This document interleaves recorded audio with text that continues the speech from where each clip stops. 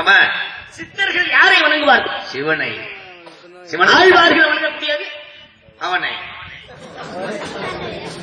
ஆழ்வார்கள் யாரை வணங்குவார்கள்? ஜாமியாத்தா இருக்கு, மும்பை ஜாமியா சொல்லிவிடுங்கள். நாங்கள் வாங்குகின்ற படத்துக்கு சொல்லுங்க. ஆழ்வார்கள் வணங்கக்கூடியது பெருமாளை.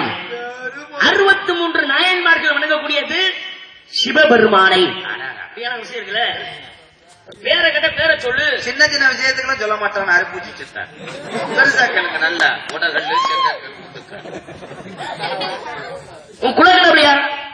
முருகப்பெருமான். முருகப்பெருமானுக்கு எத்தனை படை வீடு? அறுபடை வீடு கொண்ட திருமுருகா கேட்டகை பண்ண சொல்லியா? 6 படை. 6 படை வீடு. இதுவரைக்கும் எத்தனை படை வீடு? பழனியில 2 வடை வீடு, ஒரு பஞ்சாமரம் தான். கேட்ட கழிப்பதுல சொல்லணும். இதுவரைக்கும் முருகப்பெருமானுக்கு எத்தனை படை வீடு? எனக்கு தெரிஞ்ச 6 படை தாங்க. ஆனா 7ஆம் படம் ஒண்ணு இருக்கு. 7 மலை. 7 மலை. 7 மலையாண்டா?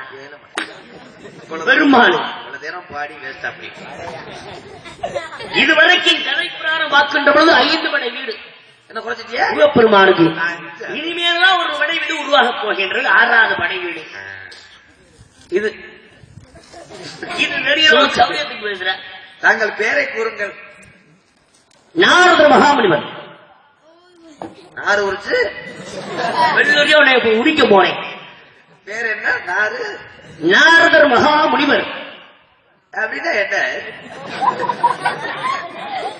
பேரை சொல்லுங்க. முனியாண்டி. நாய் என்றால் நாதம், நாதம். ராய் என்றால் ராகம், ராகம். தாய் என்றால் தாளம், என்றால் ரீங்காரம். தாளத்தோடு இசையோடும் கலந்து எடுக்கக்கூடியவன் நாரதன். என் பெயர் நாரதன். அப்ப 3 பேர் சொன்னது சின்ன பாமைங்களா? நல்ல விளக்கமா சொல்லுங்க.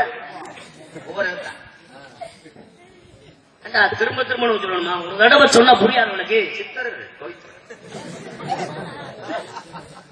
நாய் என்றால் நாதம், ராய் என்றால் ராகம், சீனு அதான் கேட்கல. ஒவ்வொரு எழுத்தா